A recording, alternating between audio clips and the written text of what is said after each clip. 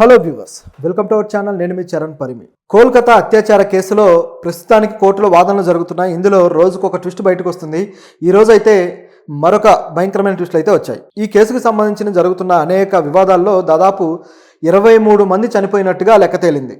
So ఈ 23 మంది ఎవరు అనేది ఒక చర్చ అయితే, మరోవైపు సిబిఐకి సుప్రీంకోర్టు గడ్డి పెట్టింది, చివాట్లు పెట్టింది గట్టిగా. అలాగే ప్రభుత్వానికి కూడా, బెంగాల్ ప్రభుత్వానికి కూడా చివాట్లు పెట్టింది. ఇందులో కేంద్ర ప్రభుత్వం, బెంగాల్ ప్రభుత్వం మాకు సహకరించట్లేదు అని చెప్పేసి కొత్తగా కొన్ని ఆరోపణలు కూడా చేస్తుంది. అసలు వీళ్ళ ముగ్గురి మధ్య ఏం జరుగుతుంది? సుప్రీంకోర్టు ఇంత ఘాటుగా రియాక్ట్ అవ్వడానికి కారణం ఏంటి? అసలు ఈ చావులు దేనివల్ల జరిగాయి ఏంటి అనేది ఒకసారి గమనించి చూస్తే అనేక విషయాలు ఉన్నాయి. ఇప్పుడు ప్రస్తుతానికైతే సుప్రీంకోర్టులో ఈ వాదనలు జరుగుతున్నాయి కదా. ఈ వాదనలో భాగంగా సిబిఐ దీనికి సంబంధించి అనేక రిపోర్ట్లను సమర్పిస్తూ వస్తుంది. సో అవన్నీ చూసిన తర్వాత సుప్రీంకోర్టుకు కూడా పెద్ద జలక్కే పడిందనమాట. ఎందుకంటే ఇన్ని రకాల రహస్యాలు ఉన్నాయి దీంట్లో అని చెప్పి.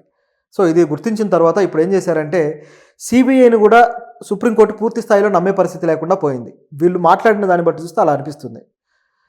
మీరు కొత్తగా పూర్తి స్థాయి రిపోర్ట్ని అయితే మీరు సబ్మిట్ చేయండి, న్యూ స్టేటస్ రిపోర్ట్ని సబ్మిట్ చేయండి అని చెప్పేసి ఇక్కడ ధర్మాసనం అనిందనమాట సిబిఐని. ఎందుకంటే ఆగస్టు 9న సంఘటన జరిగింది. ఇప్పటిదాకా అనేక పరిణామాలు దీంట్లో జరుగుతూ వచ్చాయి.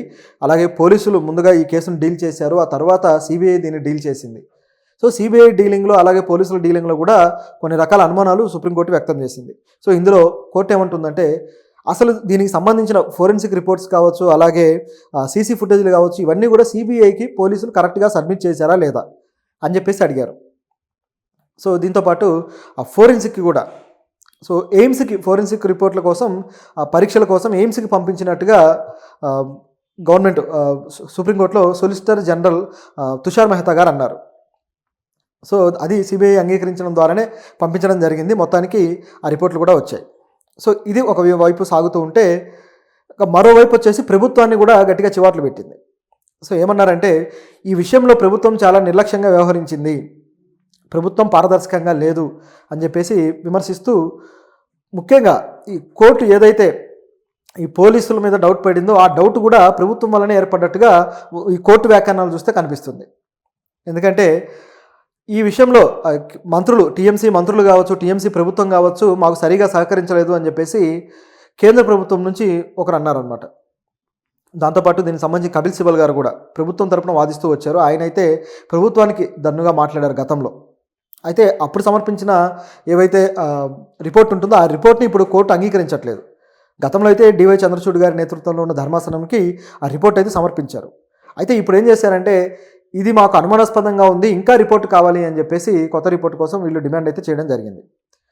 ఇదిలా ఉంటే సిబిఐ సరిగ్గా దర్యాప్తు చేస్తుందా లేదా అని చెప్పేసి వాళ్ళ మీద కాస్త గట్టిగానే వ్యాఖ్యానించారు.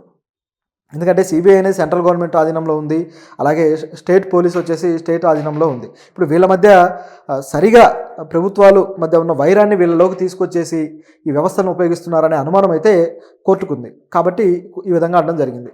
దీంతోపాటు ఇక ఇప్పటిదాకా జరిగిన అల్లర్లు, ఆందోళనలు ఇవన్నీ కూడా పరిగణలోకి తీసుకున్నాక చాలామంది డాక్టర్లు, జూనియర్ డాక్టర్లు కూడా ధర్నాలు చేస్తూ వచ్చారు. ఈ ధర్నాలు చేస్తున్న క్రమంలో దాదాపు పేషెంట్లు, అంటే వీళ్ళు విధులు ఎగ్గొట్టి ధర్నాలు చేస్తున్నారు కదా, సో దానివల్ల పేషెంట్లు 23 మంది చనిపోయారు, ట్రీట్మెంట్ లేక, సరైన సమయంలో ట్రీట్మెంట్ వీళ్ళకి అందక చనిపోయారు అని చెప్పేసి కోర్టుకి ప్రభుత్వం తరపు లాయర్లు సమర్పించారు.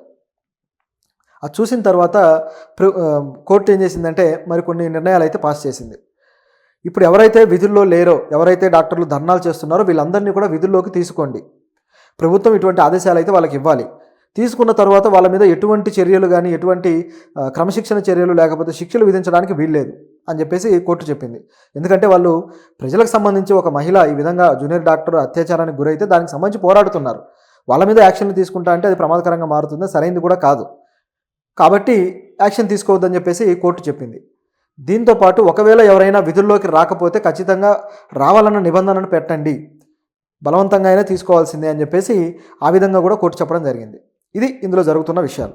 ఈ వాదనల్లో కేంద్ర ప్రభుత్వం కూడా ఇన్వాల్వ్ అయింది. కాబట్టి కేంద్ర ప్రభుత్వం ఏమంటుందంటే, ఈ హాస్పిటల్, ఆర్జికర్ హాస్పిటల్కి సంబంధించి మహిళల CISFలు దాదాపు 3 ఉన్నాయి, అంటే మహిళల విభాగానికి సంబంధించి వస్తువులు కల్పించే ఇది. అయితే వీటికి కేవలం ఒకదానికి మాత్రమే వస్తువులు కల్పించారు, మిగతా వాటికి కల్పించలేదు అని చెప్పేసి కేంద్ర ప్రభుత్వం చెప్పింది కోర్టుకి. దాంతో కోర్టు గవర్నమెంట్ మీద సీరియస్ అయింది. పశ్చిమ బెంగాల్ గవర్నమెంట్ మీద. దాంతో పశ్చిమ బెంగాల్ కూడా లేదు, మేము తర్వాత అవి వాళ్ళకు సమకూర్చాము, మూడింటికి కూడా 3 CISFకి సమర్పించామని చెప్పారు. అయితే దానికి మళ్ళీ కేంద్ర ప్రభుత్వం వివరణ ఏంటంటే దాదాపు 18 రోజుల తర్వాత వీళ్ళది మొత్తం వస్తువులన్నీ కేటాయించడం జరిగింది అని చెప్పేసి కేంద్ర ప్రభుత్వం అంది. సో ఇక్కడ కోర్టులో కేంద్ర ప్రభుత్వం అలాగే వెస్ట్ బెంగాల్ ప్రభుత్వం రెండు కూడా ఒక విధంగా వాదులాడుకుంటున్నాయి అన్నమాట. ఒకరినొకరు దూషించుకుంటూ ఒకరి మీద ఒకరు అపనమ్మకంతో సాగుతుంది ఇది. సో ఈ పద్ధతిలో ఈ కోర్టులో వివాదాలు అయితే నడుస్తూ ఉన్నాయి. చూస్తూ ఉంటే కేంద్ర ప్రభుత్వంతో మమతా బెనర్జీకి ఉన్న లడాయిని ఉపయోగించుకొని కేంద్ర ప్రభుత్వం ఇప్పుడు దీన్ని ఒక అవకాశంగా చేసుకున్నట్టు కనిపిస్తుంది. ఎందుకంటే కోర్టులో వీళ్ళు వినిపించే వాదనలు చూస్తే అలాగే ఉన్నాయి. ఈ కేసు ఏదైతే ఉందో ఈ కేసును వీళ్ళు అడ్డుగా పెట్టుకొని, అదేవిధంగా మమతా బెనర్జీ గారు ఈ కేసును ఏదో విధంగా CBI లేకపోతే కేంద్ర ప్రభుత్వం తప్పుగా చూపించడానికి ఆవిడ చేసే ప్రయత్నాలు ఆవిడ చేస్తున్నారు. రాష్ట్రంలో అన్ని రకాలుగా వివాదాలు అయిన తర్వాత, అన్ని రకాలుగా ఫెయిల్ అయిన తర్వాత మమతా బెనర్జీ గారు చేస్తున్న పని ఇదనమాట.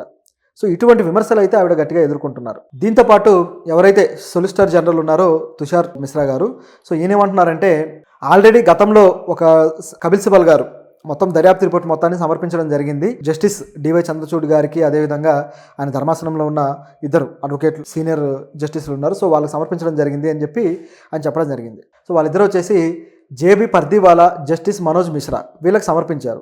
అయితే ప్రభుత్వం ఇప్పుడున్న ధర్మాసనం అయితే అటువంటిది ఏమీ జరగలేదు కదా అని అడిగితే లేదు, సీల్డ్ కవర్లో సమర్పించారు అని చెప్పేసి అన్నారు. సో అప్పుడు వీళ్ళిద్దరు కూడా JB పర్దీవాలా గారు అలాగే వినోద్ మిశ్రా గారు వీళ్ళు దాన్ని పరిశీలించినట్టుగా, దాంట్లో కొన్ని విషయాలు తెలిసినట్టుగా వెల్లడించడం జరిగింది ధర్మాసనం.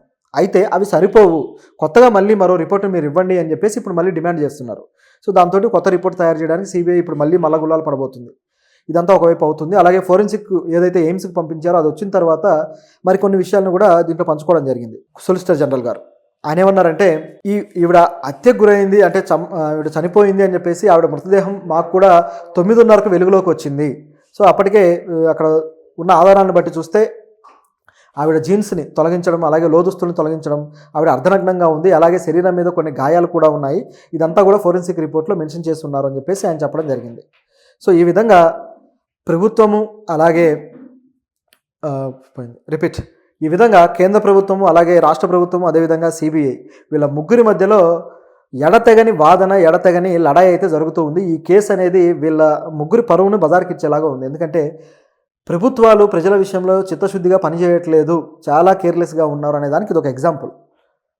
ఇన్ని రోజుల పాటు జరిగినా సరే ఇంకా కోర్టు రిపోర్ట్ అడుగుతూ ఉంది అంటే వీళ్ళు ఇచ్చిన రిపోర్ట్లన్నీ ఎంత డొల్లగా ఉన్నాయో, ఎంత ఫేక్గా, ఎంత మభ్యపెట్టేలాగా, మసిబూసి మారేడుకాయ చేసేలాగా ఉన్నాయో అర్థమవుతుంది.